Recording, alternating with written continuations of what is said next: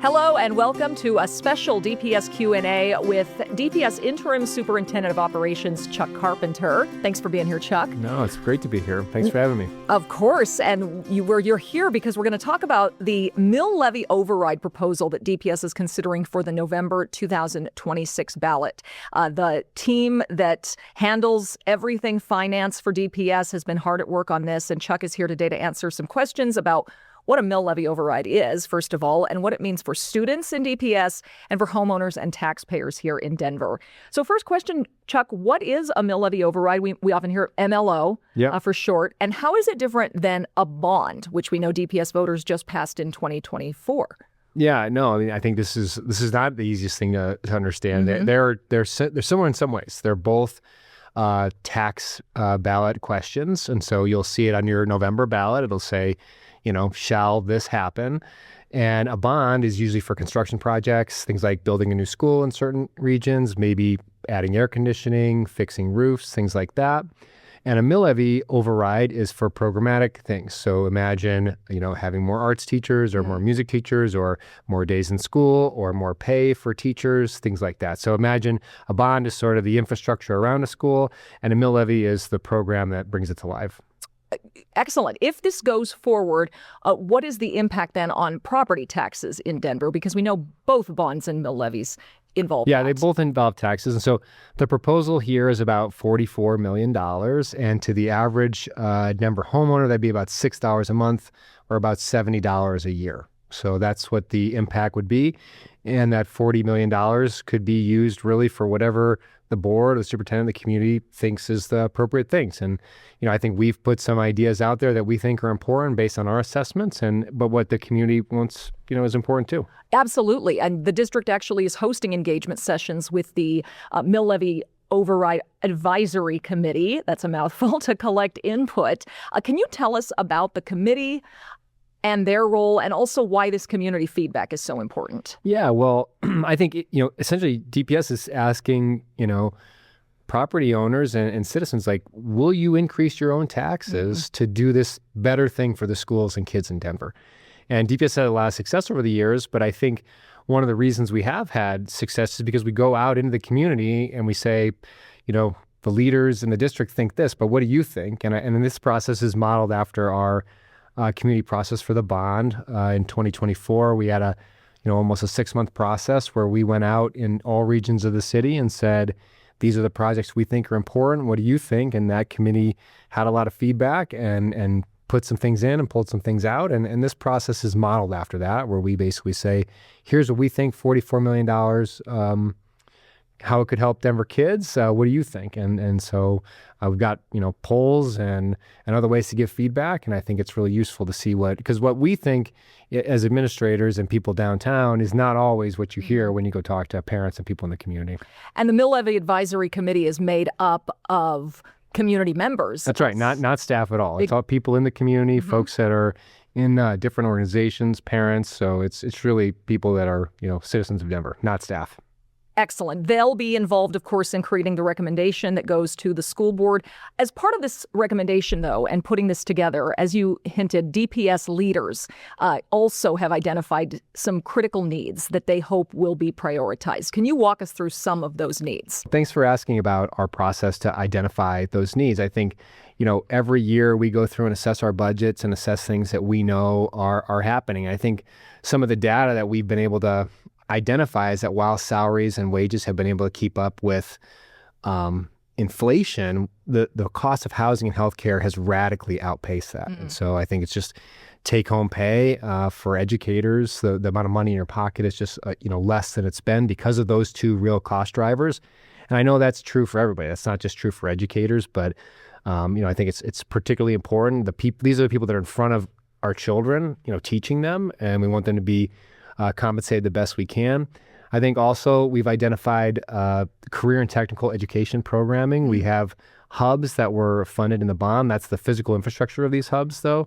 And career and technical programs are things that are, they're not the same kind of programs that there were. Some of them are the same. Some of them are trade type programs that you would have had a long time ago, but some of them are also new, stuff like graphic design, stuff like, accounting, stuff like biomedical things. Yeah. So there's all these kinds of new trades that we're not always part of CTE, but they are now. So we're looking at salaries that would be for staff, including teachers, paraprofessionals, all staff, correct? That's right. We're looking at those CTE programs and the hubs. I believe in the presentation that is available on the website, you see benefits. That's right. Healthcare benefits and also incentives for certain hard-to-fill roles, both Title I schools and certain jobs that are just hard to employ in our space, kind of people we call specialized service providers. These are kind of like quasi-educator healthcare jobs like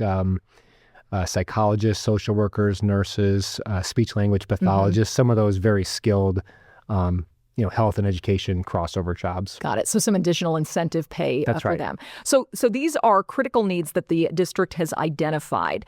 And just to let people in on how MLOs work, this is ongoing funding. So That's right. past MLOs that voters have passed in previous years, those are still funding That's right. things right now. Is that right? Yeah. So in Colorado, there's base funding per pupil that comes from the state. And then there's provisions that allow local jurisdictions, essentially, our school district, to increase taxes in addition to the state funding. Denver's been very generous for its students. Denver always shows up for its kids, it seems like.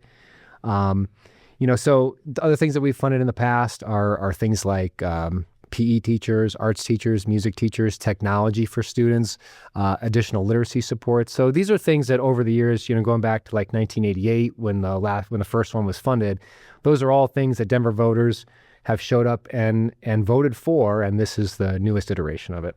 Got it. Let's talk about why DPS needs additional funding right now. Can you explain the current picture from the state and federal government and the enrollment situation that's impacting funding in DPS? Yeah, well, I mean, I think we're trying to do the absolute best we can for kids in Denver, and providing a great education. We need to have great people in front of our kids and great materials. And so, I think there are pressures at the state and at the federal government. There's certainly, it seems like every year there's, threats to cut Title I, Title II. Title I is for students in poverty. Title II is for teacher training. Title III is for students learning English. So, it seems like every single year it's put on the table to cut those things. I mean, we're lucky that hasn't happened yet at the federal level. And the state's budget has just been under tremendous pressure, really seems like for a long time, but certainly Tabor has put pressure on the state's budget because that sort of limits the amount of money that the state can keep. And then when you go into a recession, it's really hard to catch back up. And so these are certainly pressures that have been longstanding, but that's why, you see places like Denver and other metro school districts, continually having to go to ask voters for additional funds for kids. And fewer kids are, being born every year. So that impacts the number of students entering school and therefore the total funding that DPS is allocated, or any district. That's right. And I think one kind of important nuance here is that the funding for kids is always on a per pupil basis. And so when we approve something like a Mill Levy override, this one is about $500 per kid. But we're not going to get to keep this money if we suddenly had less kids. So it's always per pupil. I see. And so, we're asking for what will be $44 million. If there are fewer kids in the future, that number will be lower in the future. Interesting. Talk a little bit about DPS teacher salaries and how they have kept pace with surrounding districts in recent years. Well, I mean, it's, our educators are really the most important thing we do. We put folks in front of our kids to teach them, and we've tried to stay at the top of the market. The board has a policy that DPS has to be in the top 3 whenever we have essentially a contract. And we are, we're really at the top of the metro area, and it comes to midpoint salary. I think you can look at this in a lot of different ways. What's the starting salary? What's the midpoint salary? What's an end of career salary? We're, really at the top of the metro area when it comes to midpoint. I think, depending on how you look at it, we're, 3rd or 4th on starting salary. That's, that's still pretty good. But I mean, this is really just about, trying to keep pace, acknowledging that this is an expensive city to live in. And so that's why this is something that we think is a good investment. It's not the only thing we're recommending. But, I think it's important to continue to invest and stay ahead and not, you don't want to be coming from behind, especially as some of these economic pressures, state funding, some of those things materialize in the future. Once again, you can see all of these recommendations on the website, and we'll get you more information on the website and presentation soon. But Chuck, once the process of collecting feedback from the community is finished in mid-May, what's next? So, I mean, this part of the process is really critical. We want to know what people think, what the response is to sort of the recommendations from DPS.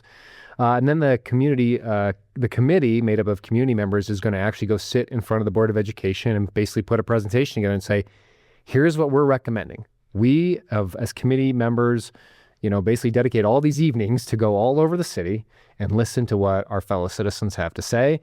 Here's all the data. Mm-hmm. Here's what was said at every community meeting. Here's what's been submitted online. Here's what we think is a good recommendation. I think Dr. Moreau has been really clear that what the community says and what this committee brings him is what he wants to recommend. And so that committee will bring that recommendation to the board in June, and then the board will take their recess in July, and in August come back, and that's when they will actually formally vote to refer it to the ballot or not. Mm-hmm. And then if they do choose to refer it, then it will be on the November ballot, just like everything else that we'll vote on in November. Yep. So you'll hear a lot more about this in the community in those late summer, fall months if this does make it to the ballot. Yeah, and I think that just shows how really ahead of the game you have to be. Like, we're almost 6.5 months away from that, and you really have to be planning now for an election in November. Absolutely. Well, thank you so much to Chuck Carpenter for explaining what a mill levy override is and how it affects students and community members in Denver. A reminder, if you'd like to attend a community meeting to learn more, ask questions, and provide feedback on the mill levy override, there are some upcoming meetings Monday, May 4th at Holm Elementary, Wednesday, May 6th at Trevista Elementary, Tuesday, May 12th at Responsive Arts and STEAM Academy, or RASA, and Thursday, May 14th at Whittier ECE 8 School. All of these meetings are from 6:30 to 8 p.m. And thank you again so much for joining us, Chuck. We hope this has been educational for our listeners. For more information, you can always go to the Bond and Mill Levy website. That's bond.dpsk12.org. You can click on the Mill Levy Override Proposal tab to provide your own feedback on this. Thank you for listening.